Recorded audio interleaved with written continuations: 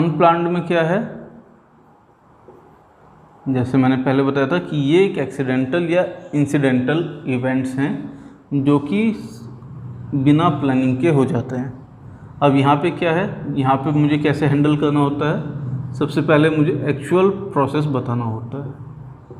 पहले इसका मैं आपको एग्जांपल एक बता देता हूँ। क्या होता है कि मान लीजिए हम फार्मा कंपनी में काम कर रहे हैं और काम करते करते कोई चीज़ स्पिल हो जाए, स्पिलेज हो जाए, एक significant value of batch has been spilled या सॉल्वेंट हैज बीन स्पिल्ड, ये मेरा एक अनप्लान्ड डेविएशन है। अब इस स्पिलेज को मुझे डेविएशन के तरीके से हैंडल करना है। अब ये हम लोग कैसे हैंडल करते हैं कि सबसे पहले मुझे बताना पड़ता है एक्चुअल। एक्चुअल में क्या है कि मेरा बैच साइज 1000 किलो का है, तो डेविएशन में क्या बताऊंगा मैं कि मेरा 500 किलो का बल्क स्पिल हो गया है, बल्क स्पिल हो गया है, 500 किलो बल्क मेरा गिर गया है। अब मुझे एक यहाँ पे रीजन देना पड़ता है, प्रोबेबल रीजन, कि जिसे कहते हैं ना first sight, reason at first sight, प्रथम दृष्टया।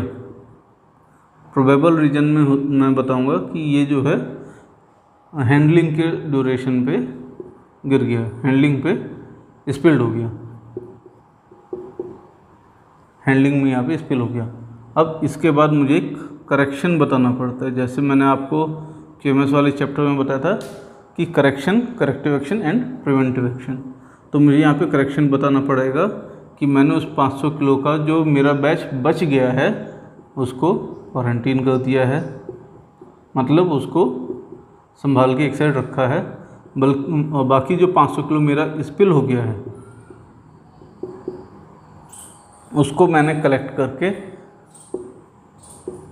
कलेक्टेड, लेबल्ड प्लस क्वारंटीन, मैंने इसको भी अलग क्वारंटाइन कर दिया है, इस पे रिजेक्टेड का लेबल लगा के, ठीक ना। अब एरिया के साथ मैंने क्या किया, एरिया को क्लीन करवा दिया, दोबारा से मुझे लाइन क्लियरेंस लेना पड़ गया, यानी कि मुझे एरिया की सफाई का एविडेंस देना पड़ गया। इस टॉपिक पे भी हम अलग से एक वीडियो बना सकते हैं, बनाएंगे बल्कि। लाइन क्लियरेंस के बाद मैंने दोबारा से ये जो मेरा ओक के 500 किलो मटेरियल है इसको मैंने दोबारा से प्रोसेस में ले लिया, प्रोसेस कर दिया, क्योंकि मैं प्रोसेस को नहीं रोकूंगा, मैं सिर्फ इसको थोड़ी देर के लिए क्वारंटीन करूंगा, सो दैट मैं यहाँ पे जो मेरा फैल चुका है माल, जो बैच मेरा फैल चुका है उसको कलेक्ट करके उसको रिजेक्ट कर सकूँ, और उसके बाद मैं इसे अलग से प्रोसेस करूँगा। अब यहाँ तक का हो गया।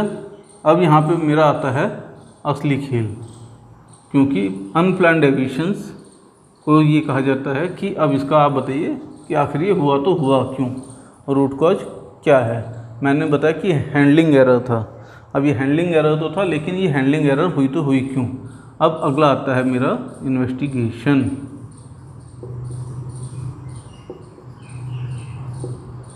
इस इन्वेस्टिगेशन पे मुझे बताना पड़ता है आखिर इसका रूट कॉज क्या है। इस टॉपिक पे भी हम लोग एक अलग से पूरा डिटेल वीडियो बनाएंगे। यहाँ पे मैं आपको एक इन्वेस्टिगेशन का बेसिक बता देता हूँ कि रूट कॉज हमें आइडेंटिफाई करना होता है कि आखिर रीजन्स क्या हैं। Probable root cause plus actual root cause. ठीक है, हैंडलिंग एरर हुई।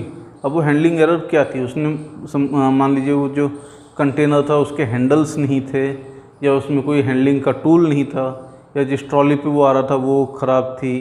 अगर ख़राब थी तो उसमें कौन सा पार्ट ख़राब था, वो सब हमें बताना होता है। इस रूट कॉज या रीजन्स के बाद हमें बताना पड़ता है इसका कापा।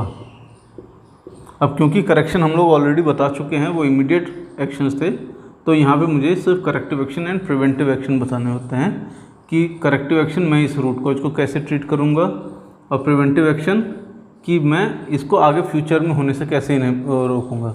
मान लीजिए मैंने कहा कि मेरी ट्रॉली ख़राब थी, तो करेक्टिव एक्शन में क्या आ जाएगा कि मैं उस ट्रॉली को ठीक कराऊंगा थ्रू इंजीनियरिंग। और प्रिवेंटिव एक्शन में क्या आ जाएगा कि मैं ट्रॉलीज का एक प्रिवेंटिव मेंटेनेंस करवाऊंगा।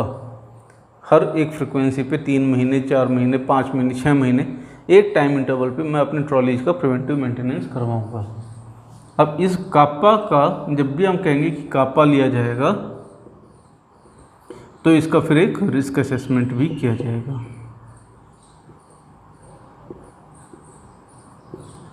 प्लांट के केस में मैंने जो डेविएशन लिया उसका रिस्क असेसमेंट होगा और यहाँ कापा का रिस्क असेसमेंट होगा। दोनों में मेन डिफरेंस है। अब जब ये रिस्क असेसमेंट हो जाएगा, इसके बाद मैं उसे फिर से क्रॉस फंक्शनल टीम को यानी कि कंसर्न डिपार्टमेंट्स को इंटीमेट करूँगा कि मेरे यहाँ ऐसा ऐसा कुछ हो गया है। अब आप लोग अपने एक्शंस बताइए कि आपके यहाँ क्या इम्पैक्ट पड़ेगा और आपको उसमें क्या चीज़ें ठीक करनी पड़ेंगी। अब मान लीजिए क्रॉस फंक्शनल टीम में आ जाएगा इंजीनियरिंग, QA, QC और भी डिपार्टमेंट्स हो सकते हैं। तो इंजीनियरिंग ने कहा कि मुझे PM करना पड़ेगा, प्रिवेंटिव मेंटेनेंस करना पड़ेगा। QA ने कहा कि मुझे उसकी SOPs वेरीफाई करनी पड़ेंगी। QC ने कहा एरिया को मॉनिटर करना पड़ेगा। अब इन सब चीज़ों के बाद ये दोबारा से डेविएशन QA के पास आएगा।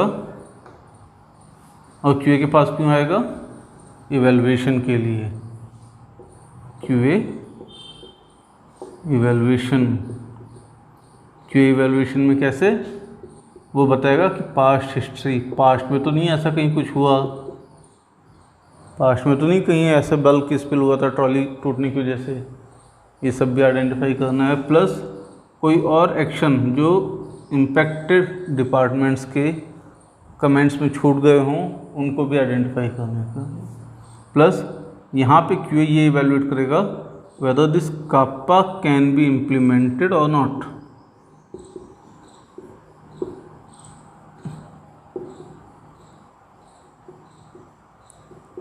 यहाँ पे हम ये आइडेंटिफाई करेंगे कि कापा इम्प्लीमेंट हो सकता है या नहीं हो सकता। अब जब हमने कहा कि कापा कैन बी इम्प्लीमेंटेड तो QA अप्रूवल, QA अप्रूवल पे फिर वही अप्रूव भी कर सकता है, रिजेक्ट भी कर सकता है, सजेस्ट भी कर सकता है। अब जब इतना सब हो गया, जब एक बार अप्रूवल मिल गया तो हमें फिर इसका कापा का implementation, CAPA implementation and verification कि मेरा कापा इम्प्लीमेंट हो गया है, उसको वेरीफाई कर लीजिए। अब जब ये कापा वेरिफिकेशन हो जाएगा उसके बाद आता है क्लोजर। अब प्लान डेविएशन में हमने बताया था कि जो भी डेविएशन है वो हम इम्प्लीमेंट कर रहे हैं और उससे मेरा रेशनल जो था, जो रीजन था, वो अचीव हो रहा है या नहीं हो रहा है।